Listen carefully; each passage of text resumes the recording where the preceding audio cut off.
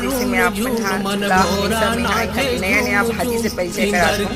तो आज मैं आप परिचय कराती हूँ, ये देख सकते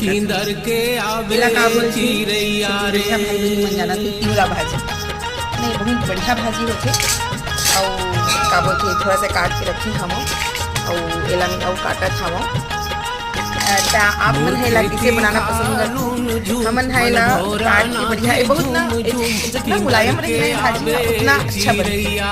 तो आप मन कौन से दाल में डाल के बना तो हमन ला चना दाल में डाल के बनाते। तो आप मन के डहान तिवरा भाजी ला का करते आप मन है ये वीडियो ला कहाँ से देखा था वो मुझे जरूर बताओ।